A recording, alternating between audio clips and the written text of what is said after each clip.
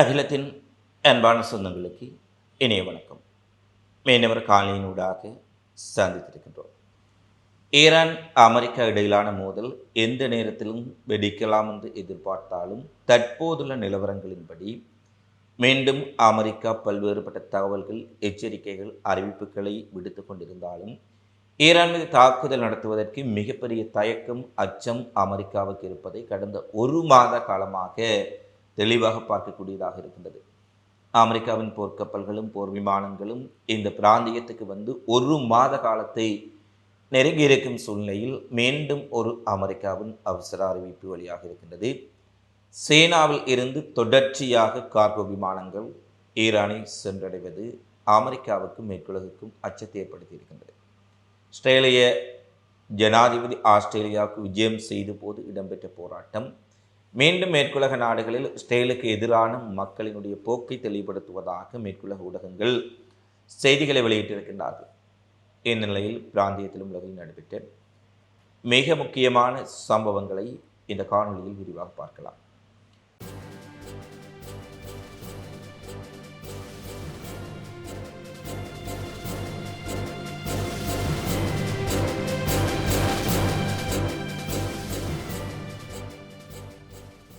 ஈரானில் இருந்து முடிந்தவரை விலகிச் செல்லுங்கள். அமெரிக்காவின் கொடியுடைய கப்பல்கள், அமெரிக்க நாட்டின் நட்பான நாடுகளினுடைய கப்பல்கள், அமெரிக்காவின் தொடர்புடைய நிறுவனங்கள் தங்களுடைய கப்பல்களை ஈரான் கடல் எல்லையிலிருந்து விலக்கி வைத்துக் கொள்ளுங்கள். ஈரான் கடல் எல்லை கடற்பகுதிக்கு அருகாமையில் நீங்கள் செல்ல வேண்டாம் என அமெரிக்கா ஒரு அவசர எச்சரிக்கையை விடுத்திருக்கின்றார்கள். அதாவது ஈரான் கடல் எல்லைக்கு பாரசீக வளைகுடாவில் ஈரான் கட்டுப்பாட்டு பகுதிக்கு அருகாமையில் சென்று விடாதீர்கள். உங்களுடைய கப்பல்கள் தாக்கப்படுவதற்கான அல்லது கப்பல்கள் சிறைப்பிடிக்கப்படுவதற்கான வாய்ப்புகள் மிக மிக அதிகம் என அமெரிக்கா தங்களுடைய நாட்டு கப்பல்களுக்கும் தங்களுடைய ஆதரவாளர்களுக்கும் ஒரு எச்சரிக்கை விடுத்திருக்கின்றார்கள். அந்த எச்சரிக்கை ஒரு புறம் இருக்க, ஈரான் கடற்படையும் ஒரு எச்சரிக்கை விடுத்திருக்கின்றார்கள். அமெரிக்காவின் உடைய கொடியுடைய கப்பல்கள் இந்த பிராந்தியத்தில் மிகுந்த எச்சரிக்கையுடன் செல்ல வேண்டும் என்பதுதான் அந்த கோரிக்கையாக இருக்கின்றது. 2026 பிப்ரவரி முதல் வாரத்தில் அமெரிக்க இராணுவத்திற்கு எரிபொருள் ஏற்றி சென்று ஸ்டெனா எம்ரேட் என்ற அமெரிக்க கொடியேந்திய எண்ணெய் கப்பலை ஈரானுடைய IRGC கடற்படை கைப்பற்றிய பின்னர் அமெரிக்காவினால் இந்த எச்சரிக்கை விடுக்கப்பட்டுள்ளமை குறிப்பிடத்தக்கது. அந்த கப்பலுக்கும் அமெரிக்காவினுடைய போர்க்கப்பல்கள் பாதுகாப்பு அளித்த போதிலும் அந்த போர்க்கப்பல்களை மீறி அந்த கப்பலை ஈரான் கடற்படை சிறைப்பிடித்து சென்றார்கள். தற்போது இந்த கார்முஸ் ஜலசந்தி என்பது உலகில் மிக பதற்றமான ஒரு பகுதியாக மாறியிருக்கின்றது. அமெரிக்கா ஈரான் போர் ஒன்று தொடங்கினால் முதலாவது இந்த கர்முஸ் ஜலசந்தி பாரசீக வளைகுடா பிராந்தியம்தான் மிகப்பெரிய சிக்கலை சந்திக்கக்கூடிய ஒரு பிராந்தியமாக இருக்கின்றது. இவ்வாறு அமெரிக்காவின் அழைப்புகளுக்கு மத்தியில் ஈரானின் விமானப்படை ஆண்டு நிகழ்வில் இம்முறை அயதுல்லா அல் கமேனி கலந்து கொள்ளாமை மிகப்பெரிய கேள்விகளை எழுப்பியது.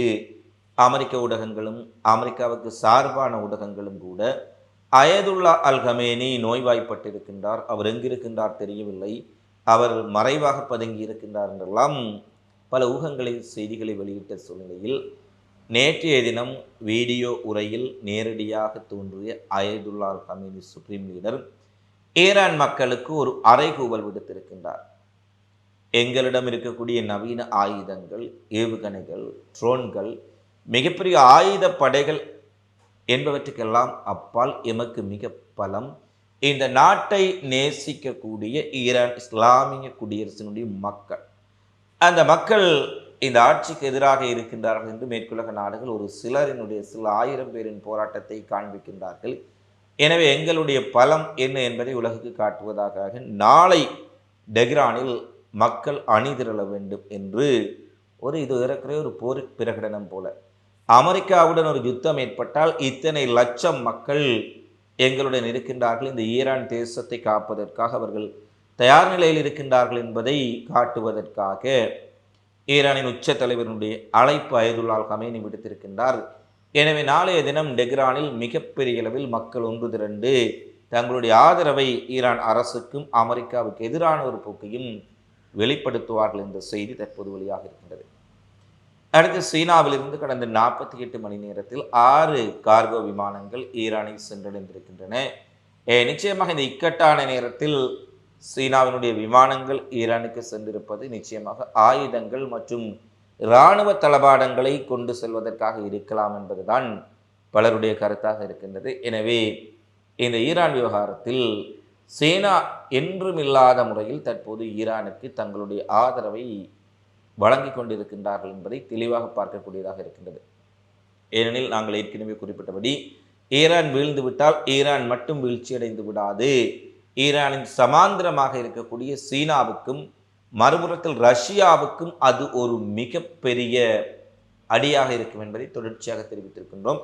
இந்த நிலையில்தான் சீனா கடந்த முறையை விட ஈரானுக்கு ஆதரவாக பல நகர்வுகளை முன்னெடுத்து வருகின்றார்கள். செய்மதி புகைப்படங்களை வழங்குவதாக இருக்கலாம், பல்வேறுபட்ட ஆயுத தளபாடங்களை வழங்குவதாக இருக்கலாம். இவ்வாறு சீனாவினுடைய ஈடுபாட்டை மிகப்பெரிய அளவில் பார்க்கக்கூடியதாக இருக்கின்றது.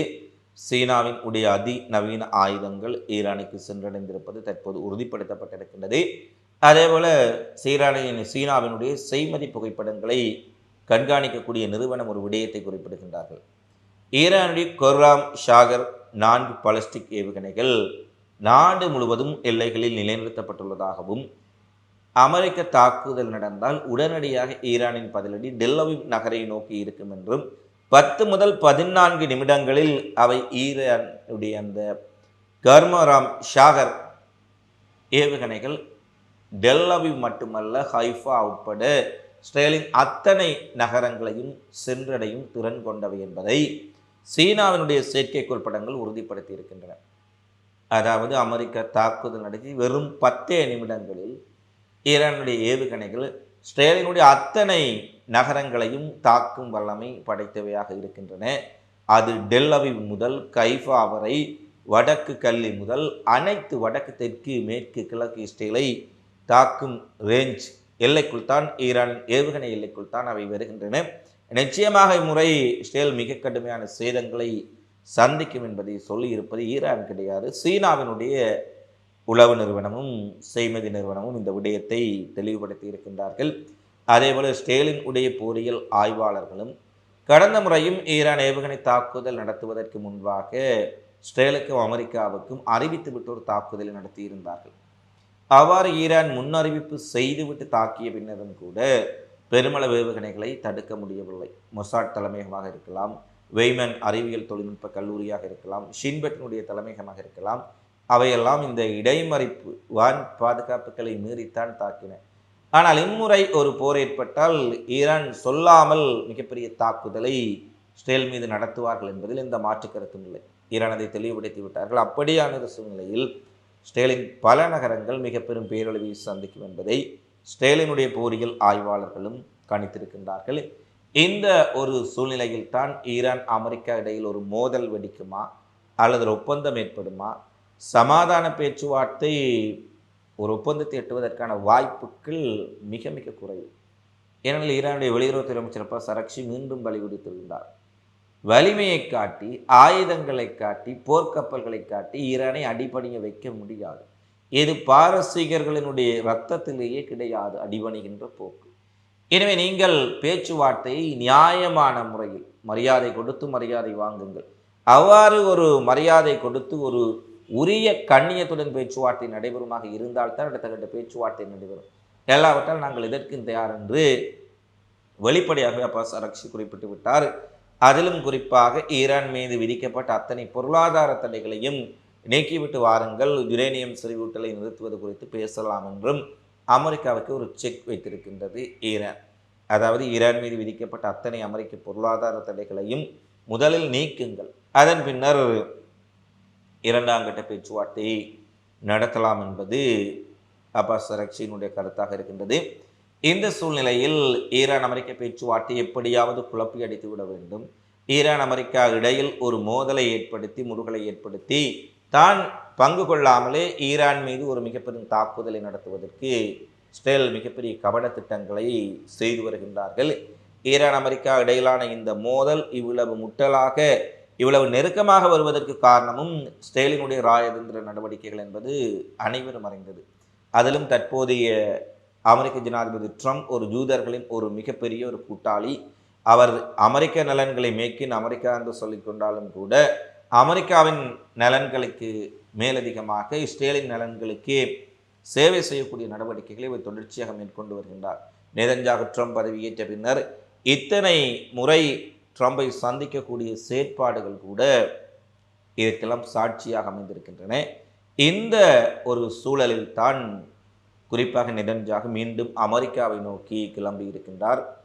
ட்ரம்புடன் ஈரான் பேச்சுவார்த்தை தொடர்பில் எப்படியாவது குழப்பி அடித்து இந்த சமாதான ஒப்பந்தம் ஒன்று வருவதை தடுப்பது நேதன்யாகுவின் நோக்கம் என்பது அனைவரும் அறிந்த விடயம். இந்த ஈரானினுடைய வெளியுறவுத்துறை அமைச்சகமும் இதை தெளிவுபடுத்தி இருக்கின்றார்கள். வெளியுறவுத்துறை அமைச்சகத்தினுடைய செயலாளர் இஸ்மாயில் பகாய் அவர்கள் குறிப்பிடுகின்றார்கள், நேதன்யாகுவினுடைய அமெரிக்க பயணம் இராயதந்திரத்தை அழிவுக்குட்படுத்தி ஒரு போருக்கு இரண்டு தரப்புகளையும் வேகமாக இட்டுச் செல்வதற்கான ஒரு நடவடிக்கை தான். இஸ்ரேலினுடைய நலன்களுக்காக, இஸ்ரேலினுடைய சுயலாபத்திற்காக செய்யப்படக்கூடிய நடவடிக்கைகளில் அமெரிக்கா விழுந்துவிட்டால் இது அமெரிக்காவுக்கு மிக பெரும் பேரழிவை ஏற்படுத்தும்.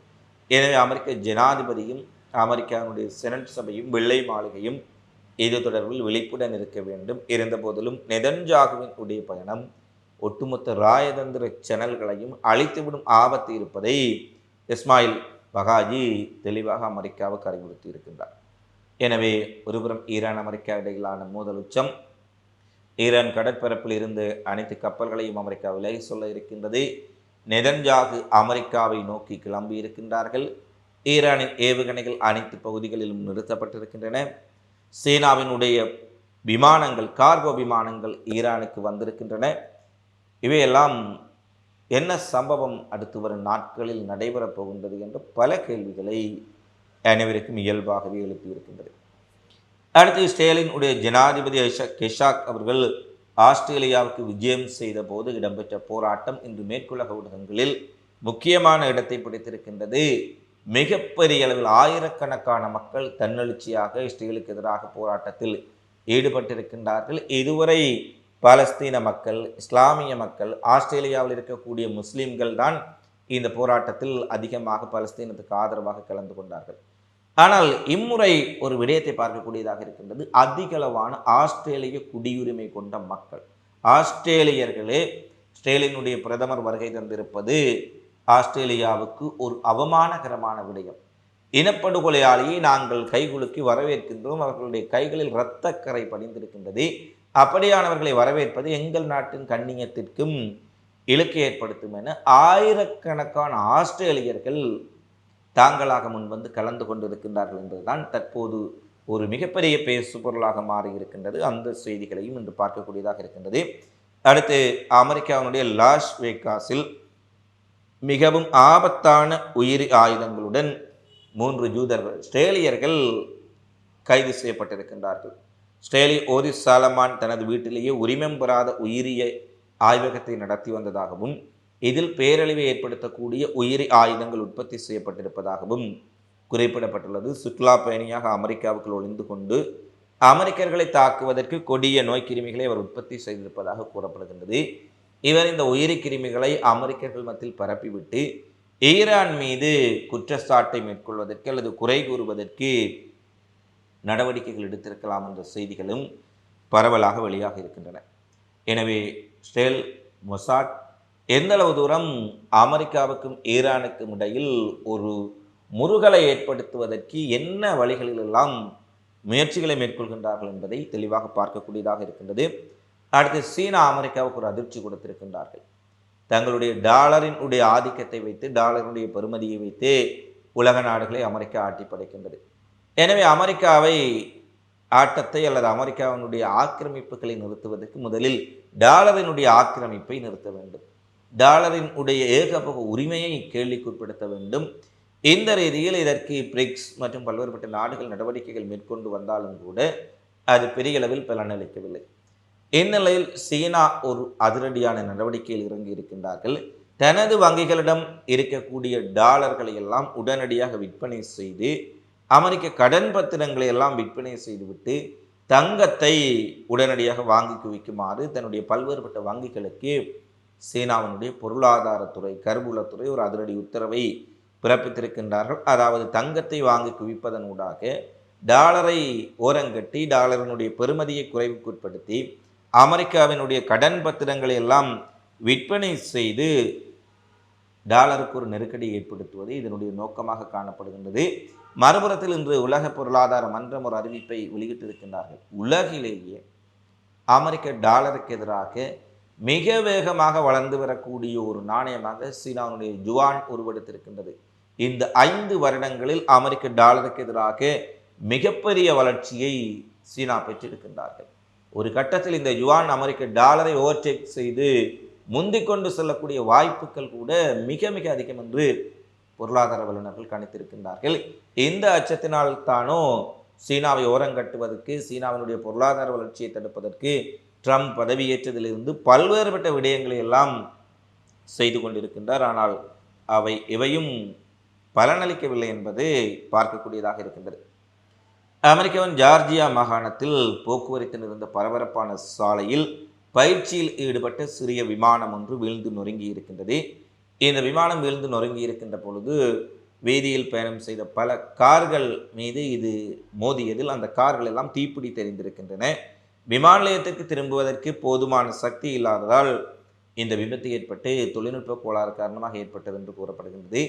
இந்த விமானம் வெடித்து சிதறியதில் ஏற்பட்ட உயிரிழப்புகள் குறித்தும், விமானம் சாலையில் வீழ்ந்து நொறுங்கி இருப்பதால் அங்கு பயணம் செய்த பலர் உடைய கார்கள் எரியூட்டப்பட்டதில் ஏற்பட்ட சேத விவரங்கள் குறித்தும் இந்த காணொலியை பதிவேற்றும் வரை சேதங்கள் குறித்த தகவல்கள் வெளியாகவில்லை. இது பரபரப்பான அமெரிக்க ஜார்ஜியா சாலையில் மேலும் ஒரு பதற்றமான நிலைமையை ஏற்படுத்தி இருக்கின்றது. அடுத்து லெபனானின் பக்கம் செல்வோமாக இருந்தால், இஸ்ரேல் லெபனான் இடையே போர் நிறுத்தம் ஏற்பட்ட பின்னர், அதாவது போர் நிறுத்தம் பேருக்கு இருக்கின்றது, ஆனால் இஸ்ரேல் ஹிஸ்புல்லாவின் இலக்குகளை தாக்குவதாக கூறி தெற்கு லெபனான் முதல் பெய்ரூட் வரை தொடர்ச்சியாக தங்கள் தாக்குதலை மேற்கொண்டுதான் இருக்கின்றார்கள். இந்த சூழ்நிலையில் தான் இஸ்ரேல் ஹிஸ்புல்லா இடையான போர் நிறுத்தத்தின் பின்னர் முதன்முறையாக லெபனான் பிரதமர் நவாப் ஷலாம் தெற்கு லெபனானுக்கு நேற்றைய தினம் விஜயம் செய்தார். அவரை குடிமக்கள் இஸ்ரேலினுடைய போர் நிறுத்தம் குறித்து பேசுகின்ற பொழுது, இஸ்ரேல் தாக்குவதை நிறுத்தும் என்று யாரும் எனக்கு உத்தரவாதம் அளிக்கவில்லை, நானும் உங்களுக்கு எந்த விதமான உத்தரவாதமும் அளிக்க முடியாது என்று குடிமக்கள் கேட்ட கேள்வி ஒன்று குறிப்பிடுகின்றார்.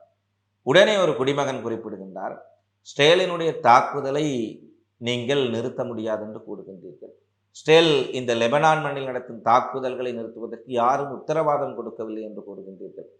அப்படியாக இருந்தால் எங்களிடம் தற்காப்புக்கு இருக்கக்கூடிய ஆயுதங்களை எதற்காக கையளிக்க சொல்கின்றீர்கள், நிராயுத பாணியாக்க சொல்கின்றீர்கள் என்று முகத்தில் அறைந்ததை போல ஒரு கேள்வி. அதாவது, நீங்களும் லெபனானை பாதுகாக்க மாட்டீர்கள், எங்களை தாக்குகின்ற இஸ்ரேலை எதிர்த்து உங்கள் லெபனான் இராணுவமும் சண்டை போட மாட்டார்கள், ஆனால் இஸ்ரேலை எதிர்த்து சண்டை போடக்கூடிய ஒரே அமைப்பு அங்கே இருக்கக்கூடிய ஹிஸ்புல்லா இயக்கம்.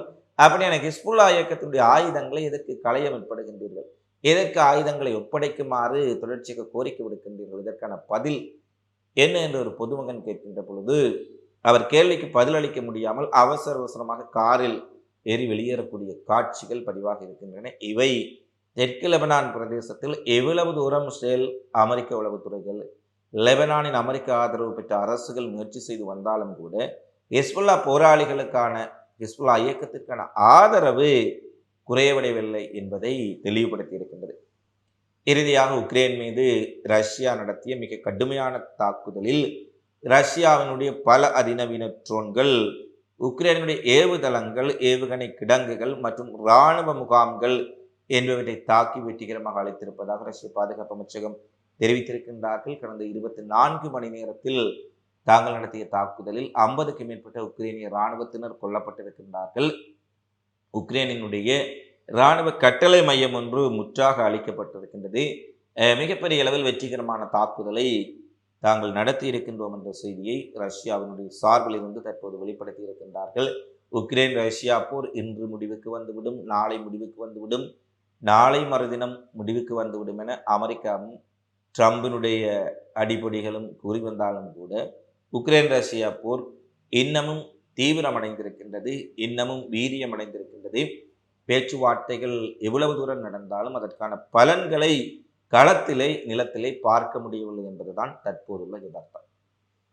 இவைதான் இன்றைய நாளில் வெளியான மிக முக்கியமான செய்திகளாக, நிகழ்வுகளாக பதிவாக இருக்கின்றன. தினந்தோறும் உலகெங்கு நடைபெறும் செய்திகளை உடனுக்குடன் அறிந்து கொள்ள அகலத்தோடு இணைந்திருங்கள்.